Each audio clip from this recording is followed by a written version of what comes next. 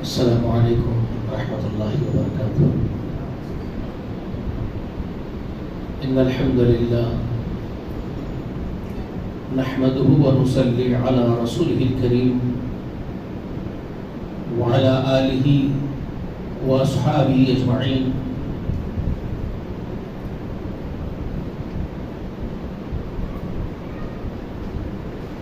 اما بعد فاعوذ باللہ السميع العليم من الشیطان الرجیم۔ هو الذي أرسل رسوله بالهدى ودين الحق ليظهره على الدين كله ولو كره المشركون۔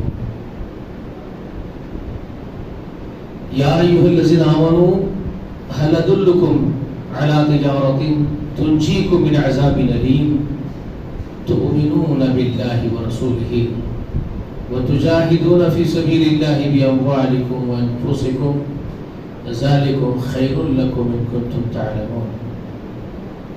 يغفر لكم ذنوبكم ويدخلكم جنات تجري من تحتها الأنهار ومساكن طيبة في جنات عدن ذلك الفوز العظيم وأخرى تحبونها نصر من الله وفتح قريب وبشر المؤمنين۔ تعریف حمد و ثنا اللہ وحدہ لا شریک کے لیے لائق و زیبا ہے۔ درود و سلام ہو تمام انبیاء و تمام مرسلین پر، اور خصوصاً اللہ کی بے شمار رحمتیں و برکتیں نازل ہو نبی آخر الزمان سید المرسلین و رحمۃ للعالمین و خاتم النبیین محمد الامین صلی اللہ علیہ وآلہ وسلم پر۔ سلام ہو آپ کے اہل بیت پر، اور سلام ہو آپ کے تمام اصحاب اور متبعین پر۔ دین محمد صلی اللہ علیہ وآلہ وسلم کے عنوان سے جو مسجد حاضہ میں درس ہو رہا ہے،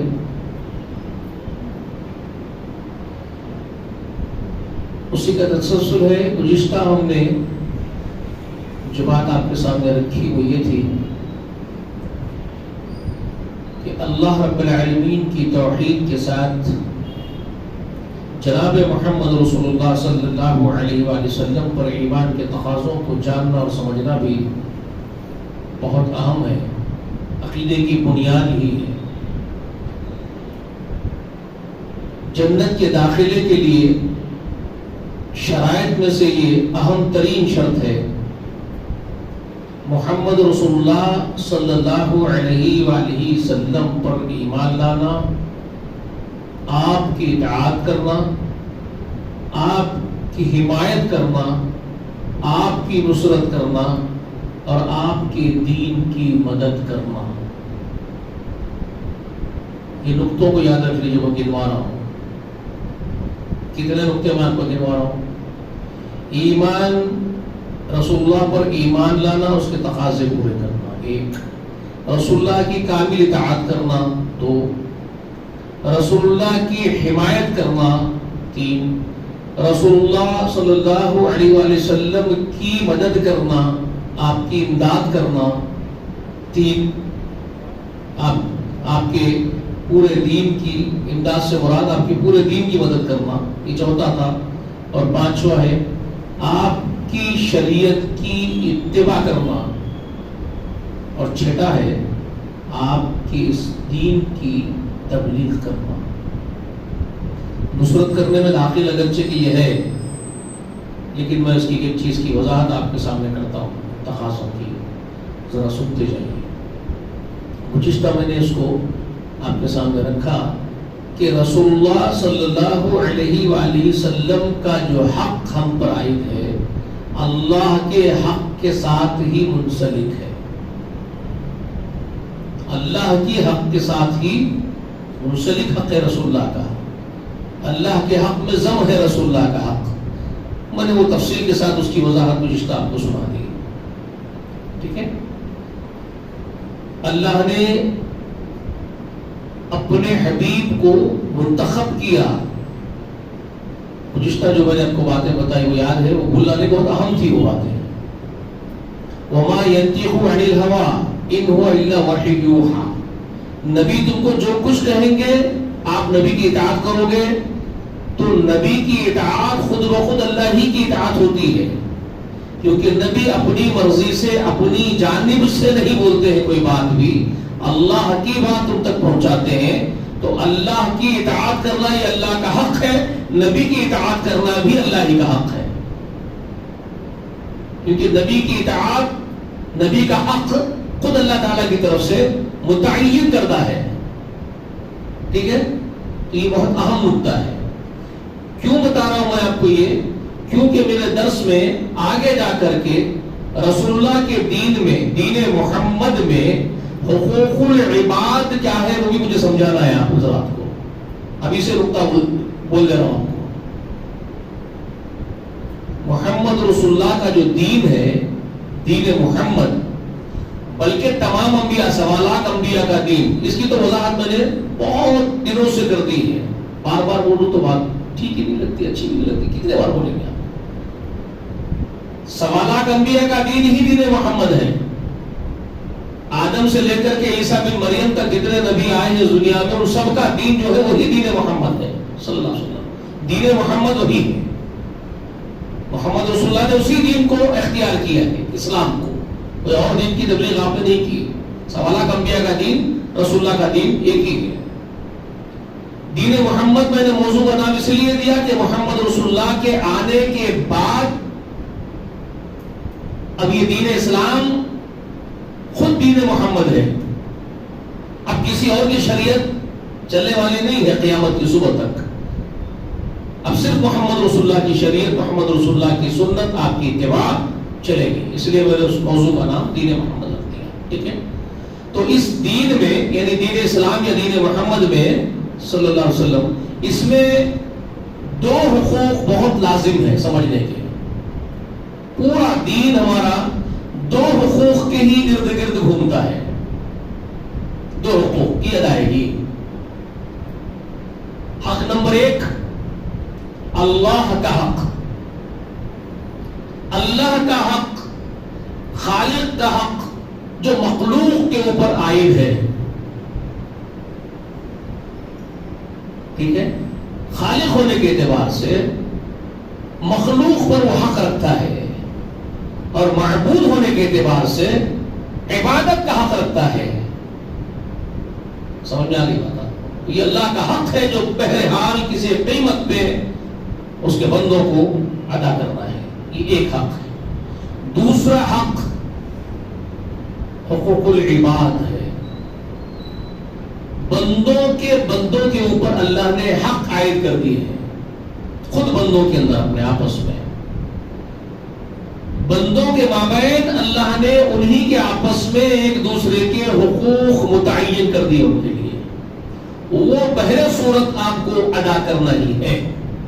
یہ دو حقوق ہیں جو دین اسلام جن کے ارد گرد ہی ہے، اسی کا مطالبہ آپ سے کرتا ہے. تو پہلا حق جو میں نے آپ سے کہا وہ کیا ہے؟ اللہ کا حق ہے. تو محمد رسول اللہ کا جو حق ہے وہ اللہ ہی کے حق سے منسلک ہے، اسی میں ضم ہے. اللہ کی اطاعت کیسے کی جائے گی؟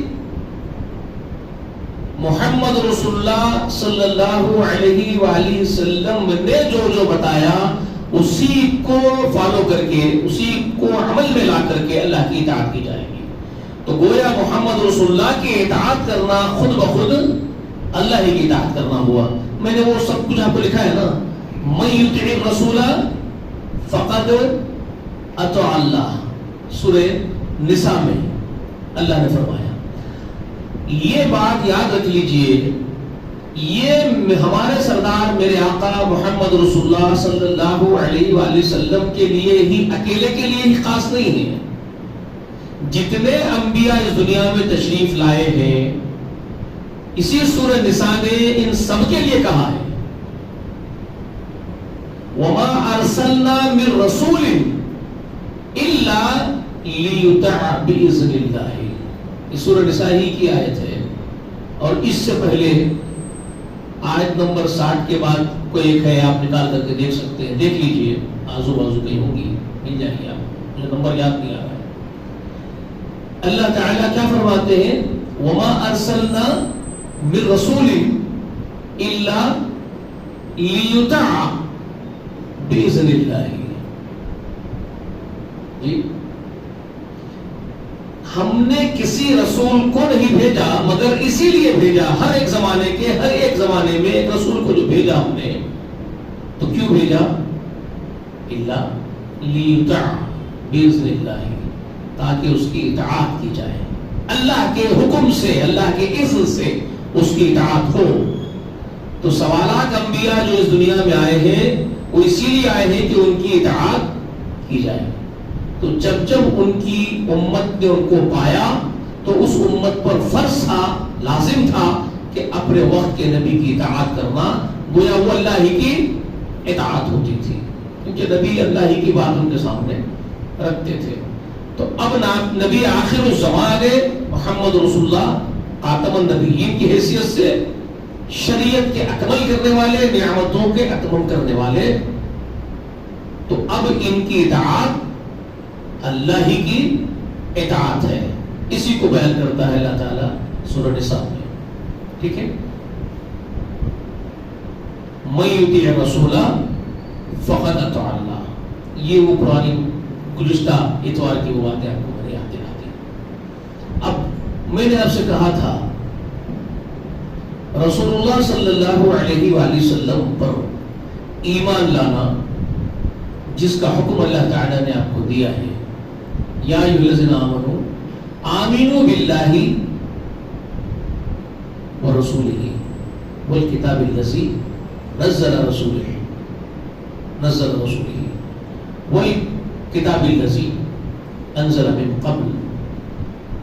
یہ سورہ نساء کے اندر ہے، آیت نمبر 136. وہ بھی میں نے گزشتہ آپ کو لکھا دی تھی. اور پھر سورہ صف کا درمیانی حصہ بھی میں نے آج بھی پڑھا ہے اور گزشتہ بھی پڑھ کے سنایا آپ کو. یا ایھا الذین آمنوا هل ادلکم علی تجارۃ تنجیکم من عذاب الیم تؤمنون باللہ ورسولہ وتجاہدون فی سبیل اللہ باموالکم وانفسکم ذالکم خیر لکم ان کنتم تعلمون. ایمان والو، کیا میں تم کو وہ نفع والی تجارت نہ بتاؤں؟ بہت بڑا نفع تم کو پہنچا ہے، حقیقی نفع ہوگی. سب سے بڑا نفع، سب سے حقیقی نفع وہی نفع ہے، وہی پروفٹ ہے کہ جو تم کو سب سے بڑے نقصان سے بچاتا ہے. اور سب سے بڑا نقصان اور خسارہ کیا ہے؟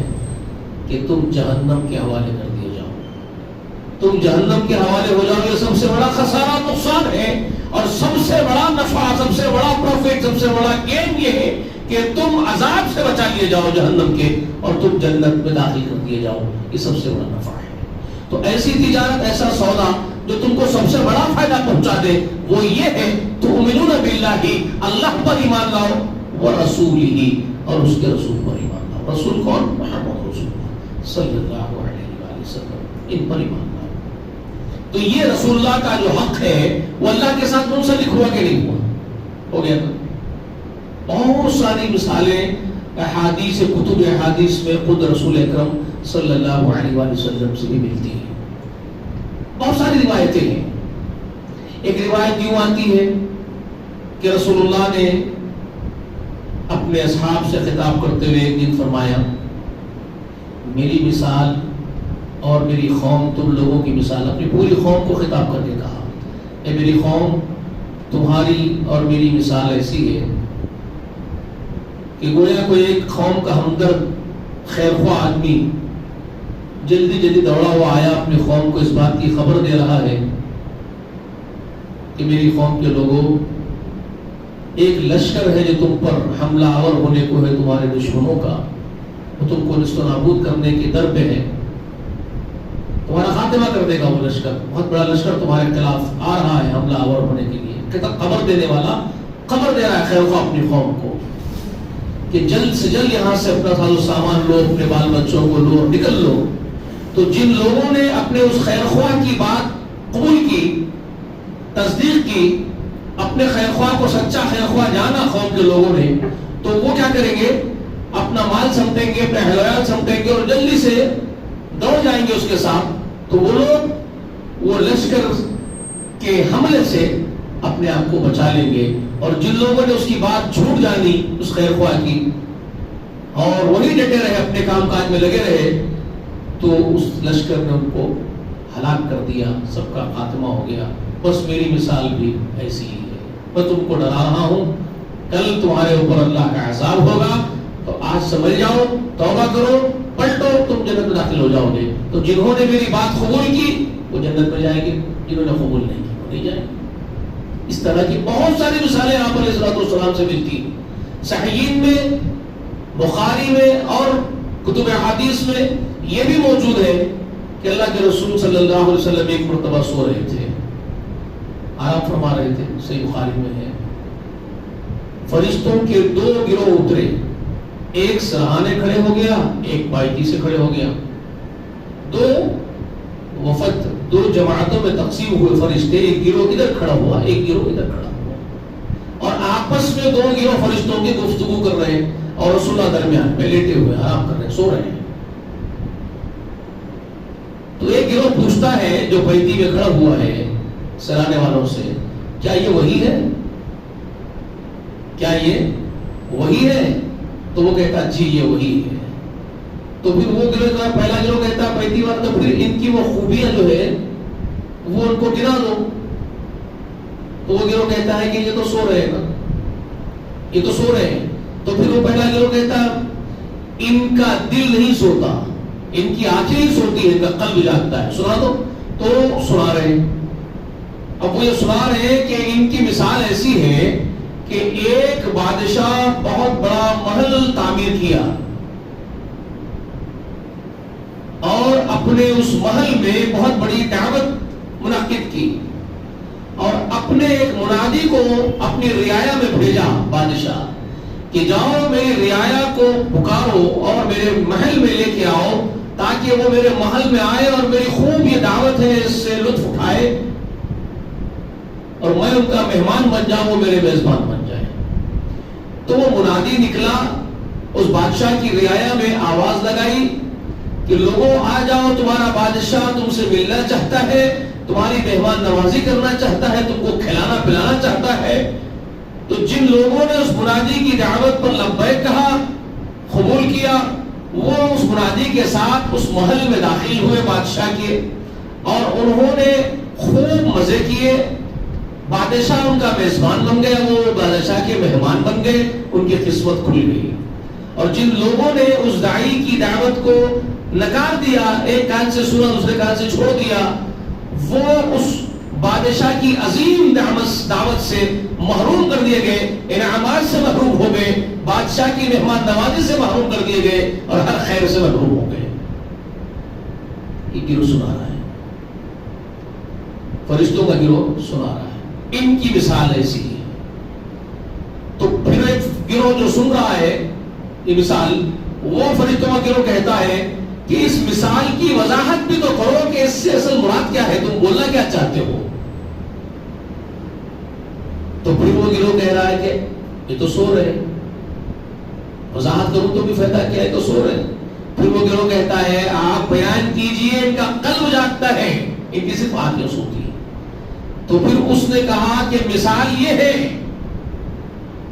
کہ وہ بادشاہ خود بادشاہ حقیقی مالک الملک ہے, رب العالمین ہے, خالق کائنات ہے, جس بادشاہ کی ہم مثال دے رہے ہیں, اور اس کا عمدہ محل اس کی بنائی ہوئی عالی شان جنت ہے, اور وہ اس جنت کو سجایا ہے طرح طرح کی نعمتوں سے, اور بہت خوب سجایا ہے اس بادشاہ نے, اس مالک الملک نے. اور اس نے اس کی رعایا سے مراد اس کی خلقت ہے, جن و انس ہے, اور اس نے جو اپنا منادی اپنی رعایا میں بھیجا ہے وہ منادی سے یہ محمد مراد ہے صلی اللہ علیہ وسلم. یہ اس بادشاہ حقیقی کے منادی ہیں, اس کے پیغمبر ہیں, اس کے قاصد ہیں, جو اس نے اپنی خلق میں بھیجا ہے. یہ آیتیں ہیں اور اس بادشاہ حقیقی کی جنت میں لوگوں کو بلا رہے ہیں. تو جو لوگ ان کی دعوت کو قبول کرتے ہیں وہ اس بادشاہ حقیقی کی جنت میں داخل ہوتے ہیں, اس کی نعمتوں سے مستفید ہوتے ہیں, اور وہ ان کا مہمان یہ اس کے مہمان بنتے ہیں اور وہ اللہ ان لوگوں کا میزبان بنتا ہے. اتنی بڑی نعمت ملتی ہے اس منادی کی دعوت کو قبول کرنے سے. اور جو اس منادی کی ندا کو نکار دیتے ہیں وہ ابد کے لیے محروم کر دیے جاتے ہیں. ٹھیک ہے, یہ بھی ایک مثال ہے. کیا معلوم ہوا کہ رسول پر ایمان کتنا ضروری ہے. محمد رسول اللہ پر ایمان لانے کے فوائد بتا رہا ہوں, ایڈوانٹیجز کیا کیا ہیں. جو رسول اللہ پر ایمان لائیں گے, ان کی دعوت قبول کریں گے, ان کی اطاعت کریں گے, وہ اللہ کے مہمان بنیں گے, اللہ کے بنائے ہوئے محلومہ جنت میں داخل ہوں گے, نعمتوں سے مستفید ہوں گے, ہمیشہ کے لیے اس میں داخل ہو جائیں گے, قدر کی جائے گی, اللہ قدردان ہوگا ان کی میزبانی کی جائے گی. کتنا بڑا فائدہ اٹھائیں گے ابد کے لیے. اور جو نہیں جانا چاہیں گے, رد کر دیں گے, ابد کے لیے نقصان میں اور خسارے میں پڑ جائیں گے. میں نے آپ سے کچھ, میں سمجھتا ہوں ہاں جمعے کے روز ہم لوگ عصر کی نماز یہاں پڑھے تھے واپسی میں, تو میں نے ایک حدیث آپ کو سنائی تھی, یاد ہوگا. مسلم کی روایت سنا رہا ہوں, ویسے تو میں نے سمجھتا ہوں متفق علیہ کی روایت ہے. سیدنا ابو ہریرہ رضی اللہ تعالی عنہ راوی ہے. میں مسلم کے حوالے سے آپ کے سامنے بیان کر رہا ہوں, آپ دیکھ سکتے ہیں. فرماتے ہیں کہ اللہ کے رسول نے ارشاد فرمایا, سیدنا ابو ہریرہ فرما رہے ہیں, کل امتی یدخلون الجنت, میری پوری امت جنت میں داخل ہوگی, الا من ابا, سوائے ان کے جنہوں نے انکار کر دیا. قیل یا رسول اللہ, تو اب وہ صحابہ کرام کو بڑی حیرت ہوئی, جنت میں جانے سے انکار کون کرے گا, تشویش کی بات ہے. تو پوچھا ان لوگوں نے, عرض کیا رسول اللہ جنت میں داخل ہونے سے انکار کون کرے گا. تو رسول اللہ نے اس وقت صحابہ کرام سے ارشاد فرمایا, من اطاعنی دخل الجنہ ومن عصانی فقد ابا. جو میری اطاعت کرتے ہیں, تم لوگوں میں سے, انسانوں اور جناتوں, تم لوگوں میں سے جو میری اطاعت کرتے ہیں, مجھ پر ایمان لاتے اور میری اطاعت کرتے ہیں, تو دخل الجنہ, تو جنت میں داخل ہو جاتے ہیں. ومن عصانی فقد ابا, اور جو میری نافرمانی کرتے ہیں, گویا وہ خود ہی انکار کرتے ہیں جانے سے, وہ خود ہی نہیں جانا چاہتے جنت میں.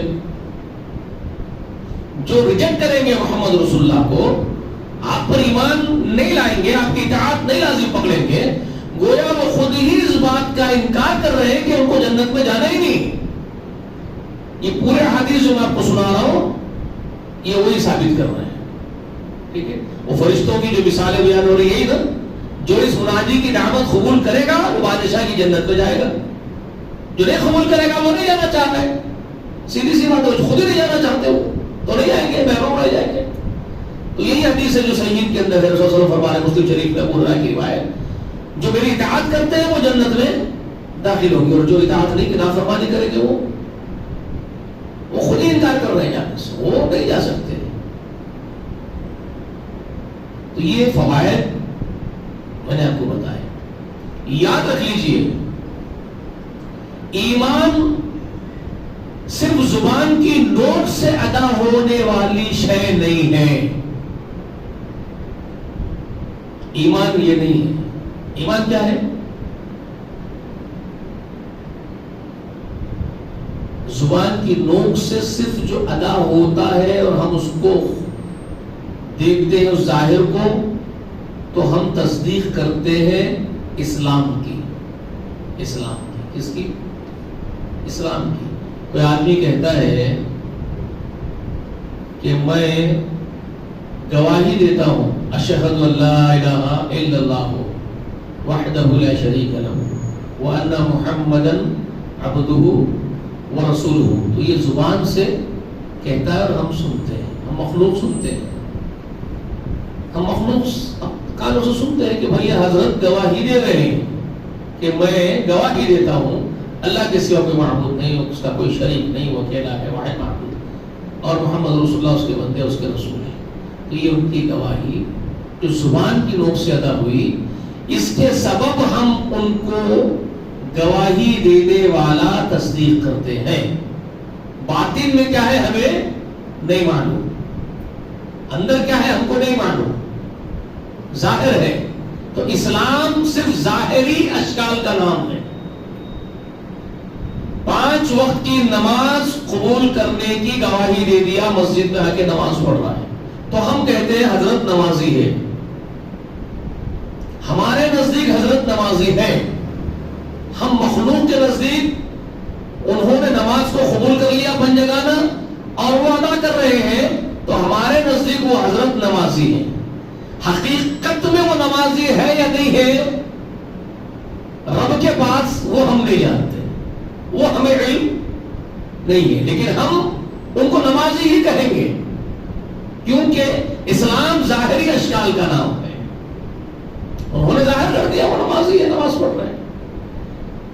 اب کوئی حضرت گواہی بھی دے رہے ہیں کہ زکوٰۃ فرض ہے اور عمل بھی کر رہے ہیں زکوٰۃ دینے کا، تو ہم کہتے ہیں کہ اسلام کے رکن پر عامل ہے، حضرت زکوٰۃ دینے والے ہیں. سمجھ گئی بات؟ سخی ہے ہمارے نظر میں. اللہ کے پاس کیا ہے وہ ہم نہیں جانتے. روزہ رکھ رہے اور روزے کی گواہی دیے اور روزہ رکھ رہے تو ہم ان کو کہیں گے روزہ دار ہیں، صائم ہیں، صائمون ہیں. تو ایسے تمام لوگوں کو ہم صائمون کہیں گے، یہ روزہ دار لوگ ہیں. ہماری نگاہ میں وہ لوگ روزہ دار ہیں. اللہ کے پاس کیا ہے وہ ہم نہیں جانتے. صاحب حج کرنے کو گئے ہیں، ہم نے دیکھا ہے آپ نے حج کیا ہے، ہماری نگاہ میں آپ حاجی ہیں، ہم ان کو حاجی ہی کہیں گے. اب جو کوئی 5 ارکان کو قبول کر لیتا ہے تو رسول اللہ نے بھی کہا، رسول اللہ نے بھی کیا کہا، یہ لوگ وہم مسلمون، یہ لوگ کون ہیں؟ مسلمون ہیں. رسول اللہ کی احادیث ہیں، کھلی احادیث ہیں. اگرچہ کہ کچھ لوگ اتنے متشدد ہو چکے ہیں اور ان کا رونا یہ ہے کہ یہ خود گمراہی کے راستے پر پڑ گئے اور لوگوں کو گمراہ سمجھ رہے ہیں. ان کا رونا یہ ہے.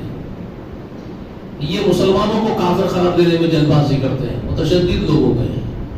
مسلمانوں کو کفر تک پہنچانے میں بڑی جلد بازی کرتے ہیں. کسی کو مشرک قرار دینے میں ذرا بھی ہچکچاہٹ محسوس نہیں کرتے.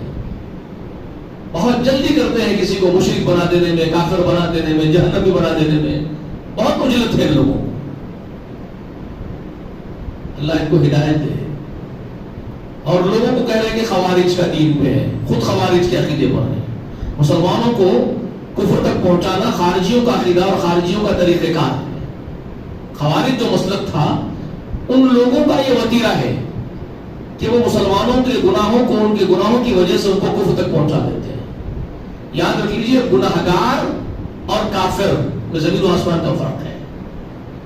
گناہگار مسلمان ہوتا ہے، مسلمان بھی گناہگار ہوتا ہے، مسلمان کافر نہیں ہوتا. مسلمان کافر نہیں ہوتا. مسلمان گناہگار ہو سکتا ہے، ہو بھی سکتا ہے اور ہوتا بھی ہے.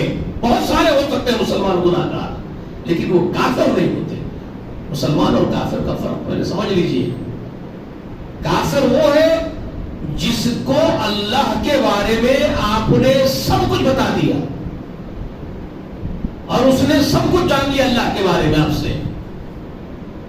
اللہ کے بارے میں سب کچھ سن لیا انہیں آپ سے. وہ آدمی محمد رسول اللہ کے بارے میں وہ سب کچھ جان لیا. محمد رسول اللہ کی دعوت اس تک پہنچ گئی. محمد رسول اللہ کا مرتبہ مقام اس تک پہنچ گیا. اس نے نزول قرآن کے بارے میں سب کچھ جان لیا.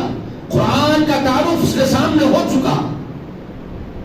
اس نے فرشتوں کے بارے میں سن لیا، فرشتوں کے بارے میں جان لیا. اس نے جنت اور جہنم کے بارے میں سن لیا، جنت اور جہنم کے بارے میں جان لیا. اس نے موت کے بعد والی زندگی کے بارے میں آپ سے سب کچھ سن لیا اور موت کے بعد والی زندگی کے بارے میں جان لیا. اور یہ سب کچھ سننے اور جاننے کے بعد وہ اپنے پورے اختیار کے ساتھ اب یہ کہتا ہے آپ سے کہ میں نے آپ سے سنا اور آپ کی بات کو سمجھ بھی لیا آپ کیا کہہ رہے ہیں، مگر میں اپنے اختیار سے ریجیکٹ کرتا ہوں، آپ کی دعوت قبول نہیں کرتا، میں نہیں قبول کرتا، میں اللہ پر ایمان نہیں لاتا، میں محمد رسول اللہ کو نہیں مانتا، میں قرآن کو اللہ کی کتاب نہیں مانتا، میں خانہ کعبہ کو اللہ کا گھر نہیں مانتا، میں فرشتوں پر ایمان نہیں لاتا، میں جہنم جنت پر ایمان نہیں لاتا، میں مرنے کے بعد کی زندگی نہیں مانتا۔ نعوذ باللہ، اگر یہ کوئی کہہ رہا ہے، نعوذ باللہ ثم نعوذ باللہ، اگر یہ کوئی کہہ رہا ہے، کافر ہے، اس کو کہتے ہیں مطلقاً کافر، یہ مطلقاً کافر ہے۔ ایک کفر عملی ہوتا ہے، ایک عملی کفر ہوتا ہے، یہ مطلقاً کافر ہے جو میں بتا رہا ہوں، ایک عملی کفر ہوتا ہے۔ کوئی آدمی اسلام کے 5 ارکان جس کو رسول اللہ نے اسلام کی بنیاد قرار دیا، سن لیجئے میں آپ کو جو بتا رہا ہوں، ایمان اور اسلام کا فرق بھی معلوم ہونا، اور ایمان کی ڈیٹیلز بتاؤں گا میں آپ کو، رسول اللہ پر ایمان پھر کیا ہوتا ہے وہی بتاؤں گا، بتا رہا ہوں میں آپ کو۔ ایک عملی کفر کیا ہوتا ہے؟ جو 5 ارکان جو اسلام کے بنیادیں ہیں، بنی الاسلام علی خمس، جو رسول اللہ نے کہا اسلام کی بنیادیں 5 ارکان پر ہے نا۔ پہلا تشہد ان لا الہ الا اللہ وان محمد عبدہ ورسولہ، تم اس بات کی گواہی دو کہ اللہ کے سوا کوئی معبود نہیں ہے، محمد صلی اللہ علیہ وسلم اس کے بندے اس کے رسول ہے۔ اور پھر نماز کو قائم کرنا، ٹھیک ہے، تقیموا الصلاۃ، یہ کہ تم پھر نماز کو قائم کرو، اور پھر یہ کہ تم زکوٰۃ ادا کرو، اور یہ کہ تم رمضان کے مہینے بھر کے روزے رکھو، اور یہ کہ تم استطاعت ہو خانہ کعبہ تک جانے کی تو ایک مرتبہ زندگی میں اس کا حج کرو۔ یہ 5 ارکان۔ اگر کوئی آدمی کہے میں ان 5 ارکان کو قبول کر لیا ہوں، وہ پکا مسلمان ہے، مسلم ہے، اس پر کفر کا اطلاق بالکل نہیں ہو سکتا، وہ صرف اتنا کہہ دیا کہ میں ان 5 ارکان پر راضی ہو گیا، ایکسپٹ کر لیا میں نے اپنے لیے، میں قبول کرتا ہوں ان کو، وہ مسلمان ہے، وہ اگرچہ کہ عمل نہیں بھی کر رہا ہے، یاد رکھ لیجیے، وہ اگرچہ کہ عمل بھی نہیں کر رہا ابھی، آپ اس کو اسلام سے خارج نہیں کر سکتے۔ یہ بنیادی قوانین آپ کو معلوم ہونا عقیدے کے، اتفاق سے یہ بنیادی قوانین بتانے کے بجائے جلد بازی کرنے اور کفر تک پہنچانے کی لوگوں کو۔ اگر کوئی بھی فرد ہو، ایک بدوی رسول اللہ کے پاس آئے ہیں صحابی، صحیح میں روایت ہے، انہوں نے کہا رسول اللہ میں باریک باتیں نہیں سمجھتا، گہرائی کی باتیں میرے پڑھنے نہیں پڑتی، بہت زیادہ عمل مجھ سے نہیں ہوتا، میں ایک بہت موٹے بھیجے والا آدمی ہوں، مطلب یہ تھا ان کے بولنے کا۔ آپ مجھے اتنا آسان کوئی چیز بتا دیجئے کہ جس کو میں قبول کر لیا تو اللہ مجھے معاف کر دے، بس ختم۔ تو رسول اللہ نے بھاپ لیا اور کہا آؤ، بلایا، سنو صرف 5 باتیں بتا رہا ہوں، پکڑ لینا۔ پکڑ لو گے؟ کہا جی پکڑ لو گا، بولیے۔ کہا یہی، اس بات کی گواہی دینا اللہ کے سوا کوئی معبود ہے، اس کا کوئی شریک نہیں، اور محمد میں اس کا بندہ، اس کا رسول۔ 1 5 وقت نماز دوسرا نمبر پر اللہ نے تمہارے پر فرض کر دی ہے، دن میں یہ وقتوں پر نماز پڑھنا ہے، یہ پکڑ لو۔ 2 تیسرا، اگر تمہارے پاس نصاب آ جائے، اتنا مال آ جائے تو اتنے حصے کی زکوٰۃ اللہ کے لیے نکلتی، اللہ کے لیے دینا ہے اس کے غریب بندوں۔ 3 اور چوتھا، 1 مہینہ، سال بھر میں 1 مہینہ ہے رمضان کا، جس کے روزے تم کو 30 دن کے 29 دن کے پورے کرنے ہیں۔ 4 اور زندگی میں 1 مرتبہ یہ خانہ کعبہ جو ہمارے ملک کا، رسول صلی اللہ علیہ وسلم کا ملک ہے، پتہ نہیں، خانہ کعبہ کا حج کرنے کی استطاعت ہو تو تم کو جا کے حج کرنا ہے، بس یہ 5 پکڑ لو گے۔ انہوں نے کہا اتنا تو میں کر لے سکتا ہوں آسانی سے۔ وہ حضرت نے کہا اتنا تو میں آسانی سے کر لے سکتا ہوں میری زندگی میں، بس میں چلتا ہوں، نکل گئے، سلام کرے پلٹ گئے۔ رسول اللہ نے اپنے صحابہ سے کہا تم کسی جنتی کو زمین پر چلتا ہوا دیکھنا چاہتے ہو؟ کسی جنت میں داخل ہونے والے جنتی کو اب زمین پر چلتا ہوا دیکھنا چاہتے ہو؟ کہا اس کو دیکھ لو، یہ جا رہا ہے پلٹ کر کے، یہ اپنے اس وعدے پر قائم رہا تو یہ جنت میں داخل ہو گیا۔ رسول اللہ نے کہا اگر یہ اپنے اس وعدے پر باقی رہا تو جنت میں داخل ہو گئے تھے، تو اس کو کیا مطلب ہے؟ بس یہ 5 ارکان بتا دیے، اس پر اگر وہ عمل کر لیا ختم اس کا قصہ، اس کے بل پار ہو گئے۔ باریکیوں میں، ڈیٹیلنگز میں، ڈیپتھ میں کچھ بھی نہیں بتایا اس کو، اوپر آپ نے معلوم بھی نہیں کچھ۔ آپ حضرات اتنا پیچیدہ بنا دیتے ہیں، لوگوں کو جہنم میں پہنچانے کی اتنی اجرت کرتے ہیں، ڈھکل لیتے ہیں اس کو اپنے ہاتھوں سے۔ تم کون ہوتے ہو ڈھکلنے والے؟ جی رسول اللہ نے فرمایا، سنو ایک بات، ایک مرتبہ رسول اللہ، وہ بھی شاید مسلم میں نے پڑھا ہے، مجھے یاد نہیں آ رہا ہے، رسول اللہ فرماتے ہیں جو ہمارے کلمے کی طرح گواہی دے، شہادت، اور ہماری نماز کی طرح نماز پڑھے، کوئی بھی آدمی، رسول اللہ فرمانے کوئی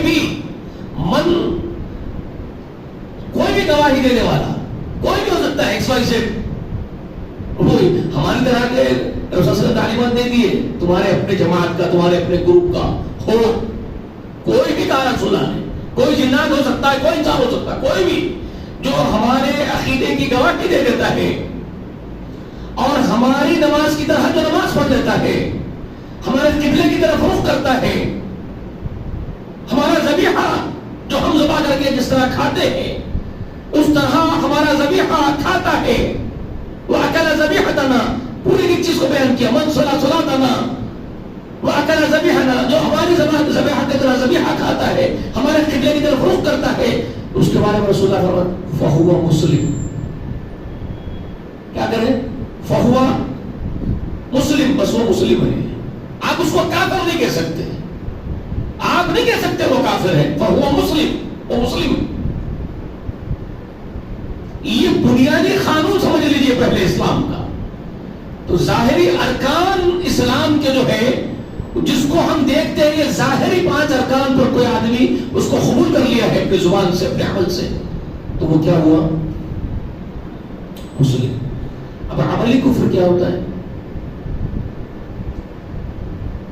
اس میں سے کسی ایک کا اگر انکار کر دے، انکار کرنا ایک چیز ہے اور عمل ایک چیز ہے، یاد رکھ لیجئے۔ عملی کفر اور عقیدے کے کفر کا فرق بتا رہا ہوں کو، پہلے وہ سمجھ لیجئے۔ یہ 5 کا انکار کرنا مطلقاً کفر، ان میں سے کسی ایک کا کفر کرنا بھی کفر، اسلام سے خارج کر دیتا ہے، خروج ہو جاتا ہے اسلام سے، ارتداد ہو جاتا ہے۔ ان میں سے کسی ایک رکن کا بھی انکار کفر ہے، حقیقی ہے، کفر حقیقی۔ یعنی کوئی آدمی توحید کو قبول کر لیا، بولا میں نماز نہیں مانتا، یہ چیز میں ریجیکٹ کر رہا ہوں، وہ بھی کفر حقیقی کا مرتکب ہے، سمجھ رہے ہیں؟ کوئی آدمی بولا میں ایمان بھی قبول کر لیا اور نماز بھی قبول کر لیا، گواہی بھی دیتا ہوں اللہ کے واحد ہونے کی، رسول اللہ کے رسول ہونے کی، اور نماز کو بھی قبول کرتا ہوں مگر میں زکوٰۃ نہیں مانتا، تب بھی کیا ہوگا؟ کیا ہوگا؟ کفر حقیقی اس پر لاحق آئے گا، وہ حقیقی کافر ہی ہوگا۔ اسی لیے صدیق اکبر رضی اللہ تعالی عنہ نے مانعین زکوٰۃ کے خلاف جنگ کرنے کا اعلان کر دیا، کیونکہ وہ کفر ہے۔ ایک رکن کا بھی انکار کرنا کیا ہے؟ کفر حقیقی ہے، اسلام کا ارتداد ہے، مرتد ہونے کے مترادف ہے، اس سے جنگ کی جائے۔ 5 ارکان کو ماننا پڑے گا، ایکسپٹ کرنا پڑے گا، ایکسپٹ کر لیا تو مسلم۔ اب عملی کفر کیا ہوتا ہے؟ یہ عملی نافرمانی ہوتی ہے۔ ایک کفر کا مطلب کیا ہوتا ہے؟ سرے سے انکار کر دینا، ریجیکٹ کر دینا۔ دوسرا ہوتا ہے عملی نافرمانی کرنا، کوتاہیاں کرنا، لغزشیں کرنا، اس کو کہتے ہیں عملی کفر. یہ مطلقاً کفر نہیں ہوتا جو اسلام سے خارج نہیں کرتا. یہ مثال کے طور پر 5 وقت نماز فرض ہے ساری امت کے لیے, بنیادی قانون ہے, مگر کوئی امت کا آدمی اس کو قبول نہیں کر رہا. یہ بنیادی قانون ہے 5 وقت کی نماز ادا کرنا میرے لیے, مگر نہیں کرتا. مگر قبول کرتا ہے, دل و جان سے قبول کرتا ہے, یہ تو 5 وقت نماز مجھ پر فرض ہے, مگر کوتاہیاں کرتا, لغزشیں کرتا, غفلت میں پڑا رہتا, کاہل ہے. تو کیا ہوا؟ مطلقاً کافر نہیں ہے. تو پھر یہ کیا کفر ہے اس کا؟ یہ اس کا عملی کفر ہے. اسی لیے صحابہ کرام اس کو بڑی نافرمانی کہتے تھے. صحابہ کرام کیا کہتے تھے؟ من ترک الصلاۃ عمیدا فقد کفر. جس نے عمدن نماز کو ترک کر دیا اس نے کفر کیا. تو یہ کون سا کفر کیا؟ صحابہ کس کفر کے بارے میں بات کر رہے ہیں وہاں پر؟ اللہ کی اور اس کے رسول کی صریح نافرمانی کی اس نے, وقت پر نماز کو نہیں آ کر کے. یہ نہیں کہا کہ اسلام سے خارج ہے, مرتد ہے نہیں. اگر مرتد کہتے تو سزا دیتے, پھر اس کو حد جاری کرتے, اس کے اوپر اسے جنگ کی جاتی, اس کو مرتد قرار دیتے نہیں. لیکن یاد رکھنا اس میں بھی پھر کچھ علمی نکتے ہیں. اب فقہاء کرام کے نزدیک یہ کچھ الگ مسئلے ہیں. فقہاء کے نزدیک پھر وہ لاتے ہیں, ایک بیسیکلی تعلیمات ہے, تم نوجوانوں کو معلوم ہونا اس لیے بول رہا ہوں, بہت امپورٹنٹ ہے یہ چیز ہے. فقہاء کے پاس کیا ہے؟ 3 امام ایک طرف ہے, ایک امام ایک طرف ہے. فقہاء کے نزدیک بے نمازی نماز نہیں ادا کرتا تو 3 امام ایک طرف حکم لگاتے ہیں اور ایک امام ایک الگ طرف حکم لگاتا ہے. تینوں میں سے 4 امام جو برحق کہا جاتا ہے نا, ہمارے نزدیک 4 برحق نہیں, 4 بھی برحق, اور ان کے جتنے اور شاگرد ہیں ائمہ وہ بھی برحق, اور ان سے پہلے جو ان کے اساتذہ ہیں وہ بھی برحق. بات سمجھے؟ ہم 4 امام کو تو برحق جانتے ہی ہیں, الحمدللہ یہ چاروں برحق تھے, ہمیں معلوم ہے. لیکن ہم کہتے ہیں 4 ہی برحق نہیں, بلکہ ان کے اساتذہ جو تھے, ابو حنیفہ کے استاد ابن رباح, عطا ابن رباح ہے, کیا وہ حق پر نہیں تھے؟ کیا ان کے استاد ہے, مفتی تھے, امام تھے, فقیہ تھے, تابعی ہے, 200 صحابہ کے ساتھ نصیب ہوا ہے, تو کیا وہ حق پر نہیں تھے؟ صرف 4 برحق کا تقریب. عطا ابن رباح کون تھے؟ ناحق تھے, برحق تھے نا. میری بات سمجھ میں آ رہی ہے آپ کو؟ تو برحق تھے. اچھا, امام ابو حنیفہ کے شاگرد امام محمد, امام ابو یوسف ناحق تھے کیا؟ برحق تھے کہ نہیں تھے؟ ناحق تھے. استاد بھی برحق, شاگرد بھی برحق, ابو حنیفہ بھی برحق. تو بات اصول سمجھ رہے ہیں ہمارا؟ ہم جو اصول بیان کر رہے ہیں وہ یہ اصول بیان کر رہے ہیں کہ 4 ہی برحق پر اکتفا نہیں, 4 بھی برحق, اور ان کے اساتذاؤں کو بھی ہم برحق جانتے ہیں, ان کے شاگردوں کو بھی برحق ہی جانتے ہیں. یہ ہے فرق لوگوں میں اور ہم میں. مگر یہ نہیں ہے جو آج کے یہ نام نہاد کے جو اپنے آپ کو سلفی بولنے والے ہیں, یہ ناپکار جو حضرت طریقہ کا اختیار کیے ہوئے ہیں, یہ ان 4 ائمہ کو بھی حقارت کے ساتھ پیش کر رہے ہیں لوگوں کے سامنے. ان کا کوئی ویلیو نہیں ہے, جسے نعوذ باللہ ثم نعوذ باللہ. ان کے بھی نکتہ چینیاں کر رہے ہیں, ان کے خلاف بھی آوازیں زبانیں بلند کر رہے ہیں اپنی. یہ سلفی منہج نہیں ہے, یہ منہج سلف نہیں ہے, یہ تو خارجیوں کا دین ہے. جو ہم سے پہلے کے اسلاف اور بزرگان دین پر لان تان کرنا, یا ان کی کمزوریاں بیان کر کے ان کو حقیر بتانا, یا ان کی کمزوریاں بیان کر کے ان کے خلاف ایک حقارت پیدا کرنا لوگوں کے درمیان, یہ خارجیوں کا طریقہ ہے. سمجھ میں آ رہی بات؟ ان بزرگوں سے سہو ہونا فطری بات ہے. محمد رسول اللہ کے بعد کوئی نبی نہیں ہے, کوئی معصوم الخطا نہیں ہے, کوئی نہیں ہے. لیکن ہمارے مقابلے میں وہ بہت بلند ہے. ہمارے مقابلے میں وہ ائمہ 4 بھی, اور ان کے اساتذہ بھی, اور ان کے شاگرد بھی ہم سے بہت بلند ہیں, ہم سے بہت اچھے ہیں, ہم سے بہت قابل ترین تھے, اللہ کے بہت مقرب ترین تھے ہوں گے انشاءاللہ ہمارے مقابلے میں. تو ہم ان کا احترام اور اکرام کرتے ہیں, یہ ہم پر واجب ہے. ان کا اکرام ہم پر واجب ہے. یہ مسلک ہے سلفی سلف صالحین کا، بزرگان دین کا. یہ جو مسلک لوگ بنا لیے بزرگوں کی حقارت بیان کرنے کا، یہ خوارج کا ہے، یہ منہج سلف نہیں. یہ یاد رکھ لیجیے آپ. تو میں کیوں کہہ رہا ہوں یہ بات کہ یہ چاروں ائمہ میں سے 3 امام بے نمازی کے لیے جو حکم لگاتے وہ یہ کہ قاضی وقت، دیکھیے پہلے ائمہ کے فقہ کی تعلیم کو پہلے سمجھیے، حکم کیا لگا رہے ہیں اس کو بھی سمجھیے، اور پڑھان مت کیجیے کہیں بھی جا کر کے. یہ بہت ضروری چیز ہے. یہ بات میری جو آگے بھی جا رہی ہے آپ کے یوٹیوب کے ذریعے سے، میری گزارش یہ بھی ہے ان لوگوں سے بھی جو مجھے دیکھیں گے اور سنیں گے وہ بھی غور سے بھی سنیں اور اپنے لوگوں کو سنائیں. سنو حکم کیا لگاتے ہیں 3 امام، امام مالک بھی، امام شافعی بھی، احمد بن حنبل بھی. ان کے پاس تینوں کے پاس اتفاقی فیصلہ یہ ہے کہ بے نمازی کو قاضی وقت کی عدالت میں پیش کیا جائے گا اریسٹ کر کے. ٹھیک ہے، طریقہ کار دیکھیے. پھر قاضی وقت اپنی عدالت میں کٹگرے میں اس کو کھڑا کر کے اس مجرم کی حیثیت سے وہ کھڑا ہوگا، اس میں الزام ہوگا بے نمازی ہونے کا. اب وہ قاضی اس سے پوچھے گا کہ کیا تو نماز کو اسلام کا رکن تسلیم کرتا ہے کہ نہیں کرتا ہے؟ وہ کہے گا نہیں کرتا تو وہ قتل کا مستحق ہے. اگر وہ کہے گا میں قبول نہیں کرتا، میں نماز کو نہیں مانتا، تو وہ واجب القتل ہوگا. اور یہ چاروں کے پاس بھی ہے، یاد رکھ لیجیے، تینوں کے پاس بھی نہیں. اگر یہ کہہ دیتا ہے نہیں مانتا تو سب کے پاس. لیکن دوسرا اگر وہ یہ کہتا ہے میں قبول تو کرتا ہوں لیکن پڑھتا نہیں اور نہیں پڑھوں گا، تب بھی واجب القتل ہوگا.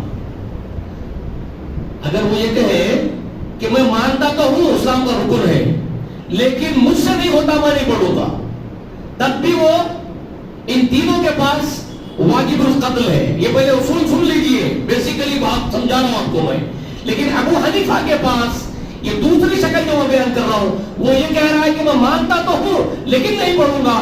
تو وہ امام ابو حنیفہ اس کو قتل کا حکم نہیں دیتے. کیوں نہیں دیتے؟ کیونکہ اس نے مان تو لیا. اس نے کہا اسلام کا رکن مانتا تو ہوں میں، تو فہو مسلم کا عقیدہ ہوا اس کے اوپر تسبیح. جو اس کو مان لیا 5 ارکان کو، رسول اللہ نے کیا کہا؟ وہ مسلم ہے. تو وہ مان رہا ہے تو وہ مسلم ہوا، اور مسلم کو قتل نہیں کیا جائے گا. یہ ابو حنیفہ کا فتویٰ سن لیجئے. مسلم ہے تو قتل نہیں کیا جائے گا، مرتد نہیں ہے. اب وہ کہہ رہا میں نہیں پڑھوں گا تو قید کر دو. ابو حنیفہ کیا کہتے ہیں؟ جیل میں ڈال دیا جائے گا اس کو. قاضی کا کام یہ ہے سزا لکھ دے کہ اس کو عمر قید کر دو، جیل میں ڈالو. جیل میں پڑا رہے گا، احساس ہوگا، اللہ کی طرف پلٹے گا، توبہ کا خیال آئے گا، توبہ کرے گا، تائب ہوگا، نماز پڑھنا شروع کرے گا، تو پھر اس کو رہا کر دو. وہ مسلمان ہے. لیکن نہیں پڑھے گا تو وہی مرے گا سڑکے. ایک دن تو مرنا ہی جیل میں اس کو. تو ابھی مت مار دو کیونکہ اس نے قبول کر لیا کہ میں نماز کو قبول کرتا ہوں کہ وہ ایک رکن ہے مگر مجھ سے نہیں ہو رہا ہے، تو جیل میں ڈال دو. 3 امام کہتے ہیں کہ اگر وہ کہہ رہا ہے ڈھڈائی کے ساتھ، ڈھڈائی سے کہہ رہا ہے کہ میں نہیں پڑھتا نماز، تو قتل کر دو. اتنا ہی فرق ہے ائمہ کے درمیان. سمجھ میں آئی بات؟ یہ سارے فقہ کے مسائل جب تک کہ نہیں معلوم ہوتے ہیں اٹھ پٹان مت کرتے پھرو. بے نمازی کو آپ کیا کہتے ہو؟ مطلقاً کافر. مطلقاً کافر نہیں ہے. پھر یاد رکھ لو، مطلقاً کافر نہیں ہے، گناہگار ہے، بڑا گناہگار ہے، کبائر کا مرتکب ہے. عمر بھر نماز نہیں پڑھا، ویسے ہی مر گیا، پوری عمر نماز نہیں پڑھا اور اسی صورت میں مر گیا، تب حکم کوئی اور ہے. تب حکم کوئی اور ہے. اب ارتداد کی شکل میں مرا ہے کیونکہ کبھی پلٹا ہی نہیں، توبہ کرا ہی نہیں، تو حقیقت میں اس نے دل سے نماز کو قبول ہی نہیں کیا. اب یہ بات سمجھ میں آئے گی کہ اس نے نماز کو دل سے قبول کیا ہی نہیں، اس میں مر گیا ہے، وہ توبہ ہی نہیں کیا. تب جا کر کے دوسرے ائمہ کے فتوے آپ کو ملتے، جیسے کہ عبدالقادر جیلانی رحمۃ اللہ علیہ کا فتویٰ آتا ہے انہیں تو طالبین میں بے نماز ہی مر گیا تو مسلمانوں کی مسجدوں میں اس کی جنازے کی نماز نہیں پڑھاؤ، اس کو قبرستان میں دفن مت کرو، تو یہ سختی بھی ان لوگوں کی کب ہے کہ وہ توبہ ہی نہیں کرا اور ویسے ہی مر گیا. تو ان چیزوں کی بھی بنیادی معلومات آپ کو ہونی چاہیے. آپ جذباتی بہت کر دیتے ہیں، اس کے مرنے سے پہلے تو جہنم ہی دے دیتے، بتا دیتے ہیں. یہ اجلت ہے آپ لوگوں کی. تو یہ ایک مثال میں نے نماز کی تھی. ہر ایک معاملے کا یہی معاملہ ہے. حج کو مانتا ہے، حج نہیں کرتا ہے تو عملی کفر کرتا ہے، عملی کفر کرتا ہے. زکات کو مانتا ہے، زکات کو ڈنڈیاں مانتا ہے، عملی کفر کرتا ہے. لیکن زکات کو نہیں مانتا ہے تو مطلقاً پھر حقیقی کافر ہوگا. لیکن مانتا ہے تو گنہگار ہوگا، ادا نہیں کر رہا ہے. اس کا خمیازہ اس کو جہنم کی شکل میں بھی بھگتنا پڑ سکتا ہے. سمجھ میں آ رہی مطلب یہ عقیدے کی بنیادی باتیں سمجھ میں آ گئی آپ کو؟ یہ بہت امپورٹنٹ ہے. تو اب آئیے، ایمان کیا ہے؟ میں نے آپ سے کہا کہ ہم ظاہری چیزوں کی گواہی دے سکتے ہیں، باطن کی گواہی نہیں دے سکتے. تو ایمان کیا ہے؟ میرا سوال یہاں سے شروع ہوا تھا. اس سوال کے جواب کے لیے میں نے اتنی تفصیل آپ کو سمجھا دی. ایمان پھر کیا ہوا؟ ایمان کیا ہے؟ اسلام سمجھ آ گیا آپ کو؟ ظاہری شے کا نام اسلام ہے. جو دکھتا ہے اس کی ہم گواہی دیتے ہیں، جو نہیں دکھتا ہے ہم اس کی گواہی نہیں دے سکتے ہیں. تو ایمان کیا ہے؟ دکھتا ہے. ایمان دل کے اندرونی کیفیت کا نام ہے، جو دکھتا نہیں ہے. وہ اندرونی عقیدے کا نام ہے، اندرونی خیال کا نام ہے، اندرونی جذبے کا نام ہے. سمجھ میں آئی بات؟ ایمان وہ اندرونی کیفیت ہے. تو اس پر ہم کوئی حکم نہیں لگا سکتے ہیں جو ہمارے علم کے باہر ہے، جو ہمارے علم میں ہی نہیں ہے. ہم اس پر کیسے حکم لگائیں گے؟ اس کا علم کس کو ہے؟ باطن کا. باطن کا علم کس کو ہے؟ بہت اہم باتیں سمجھنے کی ہے میرے دوستو. باطن کا علم رسول اللہ کو ہے از خود. باطن کا علم جبرائیل کو ہے از خود. باطن کا علم آدم علیہ السلام کو ہے از خود، یا ابلیس لعین کو ہے از خود. باطن کا علم کس کو ہے مجھے بتائیے؟ آپ کے اندرونی کیفیت کا علم از خود کس کو معلوم ہے؟ صرف ایک ذات کو معلوم ہے، صرف ایک ذات کو، جس نے کائنات پیدا کی ہے، جو رچیتا ہے سنسار کا، جو سرشٹی کرتا ہے سرشٹی کا، جو پرماتما ہے، ودھاتا ہے. اسی اللہ کو باطن کا علم ہے. آپ اندر کیا سوچتے ہیں، آپ کی اندر آتما میں کیا ہے خیالات، وہ صرف ایک ہی جانتا ہے، پربھو اللہ. کوئی نہیں جانتا، سنسار میں کوئی نہیں جانتا. ہاں وہ جن کو بتانا چاہتا ہے وہ بتاتا ہے، وہ بتاتا ہے. مثال کے طور پہ عبداللہ ابن ابو سلول ایک آدمی تھا مدینہ منورہ میں، صحابہ اکرام میں شامل ہو گیا، مسلمان بن کر کے جماعت رسول اللہ میں شامل ہو گیا، رسول اللہ کی جماعت کا آدمی بن گیا. تو اس کو صحابہ اکرام جماعت کا آدمی سمجھ رہے ہیں،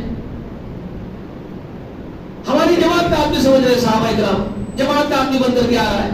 اس کا ایک دورہ تھا، اس کے ساتھ اسی کے طرح کے مکار اور بھی کچھ لوگ تھے جو جماعت میں داخل ہو گئے اور جماعت کے آدمی بن کر کے گھوم رہے ہیں. تو صحابہ اکرام کو نہیں معلوم وہ جماعت کے آدمی بن کے آ رہے ہیں. تو فیصلہ کیا کریں گے؟ جو وہ ظاہر کر رہے ہیں اسی پر فیصلہ کریں. مسلمان سمجھ رہے ان کو، رسول اللہ بھی وہی سمجھ رہے، رسول اللہ کو بھی نہیں معلوم ہے. بتائے کون؟ یہ بات میں نہیں کہہ رہا ہوں، قرآن مقدس میں ہے، سورہ توبہ میں ہے اور دیگر مقامات پر ہے. اللہ نے خود کہا کہ مدینے کے ارد گرد میں منافقین ہیں جس کو صرف ہم جانتے ہیں، رسول تم نہیں جانتے. اللہ نے کہا مدینے میں آپ کے ساتھ اٹھنے بیٹھنے والوں میں، قرآن مقدس کہہ رہا ہے، اللہ نے آیت نازل کی، اس کا علم ہم کو معلوم ہے وہ کون کون منافق ہے، ہم جانتے ہیں آپ نہیں جانتے. اللہ نے کہا رسول اللہ آپ نہیں جانتے. تو کون کون منافقین ہیں ان کے بارے میں خبر کون بھیج رہے آسمان سے؟ اللہ بھیج رہا. اس کو پہچان لو، یہ ہے منافق جو دل میں کفر چھپائے ہوئے پھر رہا ہے. رسول اللہ کو معلوم نہیں ہے. بتا رہے کون؟ اللہ بتا رہے. خود اللہ کے قرآن میں نازل کر کے بول رہے ہیں ہم جانتے ہیں آپ نہیں جانتے. تو رسول اللہ بھی نہیں جانتے. از خود نہیں معلوم. از خود کس کو معلوم ہے؟ انہ علیم بذات الصدور. وہ اللہ کہتا صرف اپنے بارے میں. وہ اللہ قرآن میں ایک نہیں کئی مرتبہ کہتا ہے انہ علیم بذات الصدور. وہی اکیلا ہے جو سینوں کے اندر کے بھی راز جانتا ہے. وہ کون جانتا ہے؟ اللہ جانتا ہے. باقی کوئی نہیں جانتا. ہر ایک کو اللہ بتاتا ہے تو ان کو معلوم ہوتا ہے یہ ایسا ہے, اس کے اندر کی کیفیت یہ ہے. تو رسول کو بھی, رسول اللہ کو بھی معلوم ہوتا ہے. اور رسول اللہ کو اللہ نے بہت سارے لوگوں کے بارے میں بتا دیا کہ ان کی اندرونی کیفیت کیا ہے, یہ کتنے سچے اور کتنے مکار ہیں. اللہ نے آپ کو خبر دے دی, آپ کو معلوم ہو گیا. لیکن از خود رسول اللہ کی صفت جاننے کی نہیں ہے, وہ اللہ کی ہے. سمجھ آ رہی بات؟ یہ بنیادی بات ہے ایمان کی, عقیدے کی. تو یہ بہت امپورٹنٹ چیزیں آپ کو معلوم ہو رہی ہے. تو اندرونی کیفیت کا نام ایمان ہے, اور اس کا علم صرف اللہ کو ہے اور کسی کو نہیں. تو جب ہم کو علم نہیں تو ہم حکم بھی نہیں لگا سکتے. رسول اللہ بھی حکم لگائے تو انفارمیشن آنے کے بعد, جبریل امین آ کر کے خبر دے دیے, تب رسول اللہ کسی کے بارے میں بول سکے کہ یہ منافق ہے. اس سے پہلے رسول اللہ بھی نہیں بولتے تھے کسی کو. ٹھیک ہے. بعض وقت تو ایسا بھی ہوا رسول اللہ کو بتا دینے کے باوجود رسول اللہ پردہ ڈال دے. معلوم اللہ تعالیٰ جانتا تھا, رسول کے پاس بھیج دیا یہ منافق ہے, یہ جھوٹا ہے. تو رسول اللہ صلی اللہ علیہ وسلم کو معلوم ہو گیا یہ منافق اور جھوٹا ہے. اس کے باوجود بھی صحابہ کرام کے سامنے اس کو رسول اللہ ننگا نہیں کرے, چھپا کے رکھے. آج نکل توبہ کر لے گا. رسول اللہ کو اتنی محبت تھی انسانیت سے, آدم ذات سے, آدم کے بیٹوں سے اتنی محبت تھی کہ دشمن پھر رہا ہے سامنے, مکار غدار پھر رہا ہے سامنے, نفرت اور بغض لیے رسول اللہ کے خلاف, کینہ لیے ہوئے رسول اللہ کے خلاف, اس کے باوجود رسول اللہ کی چاہت یہ تھی کہ اللہ اس کو بھی معاف کر دیا تو چاہیے. اللہ اکبر. کیسے تھے رسول اللہ ہمارے, اور ہم کیسے لوگ ہیں ذرا دیکھ لیجئے. بہت بلند مان دعوے کرتے ہیں نا, منہج سلف پر ہم ہیں اور لوگوں کو کفر تک پہنچا رہے ہیں. معلوم بھی نہیں ہے وہ مسلمان کافر ہے کہ نہیں, اس کے بارے میں کافر بولنے میں وجود کر رہے ہیں, خبریں کھود کے پوسٹ مارٹم کر رہے ہیں لوگوں کے. کون کیا ہے اللہ خوب جانتا ہے, اور اللہ فیصلے کرنے کے لیے کافی ہے. وہ حساب میں غلطی کرے گا کیا؟ وہ جزا و سزا دینے میں غلطیاں کرے گا کیا اللہ تعالیٰ؟ تم بتا رہے ہو اللہ کو اس کو یہ سزا دو, اس کو معاف کرو, مت کرو, آپ بتاؤ گے اللہ کو؟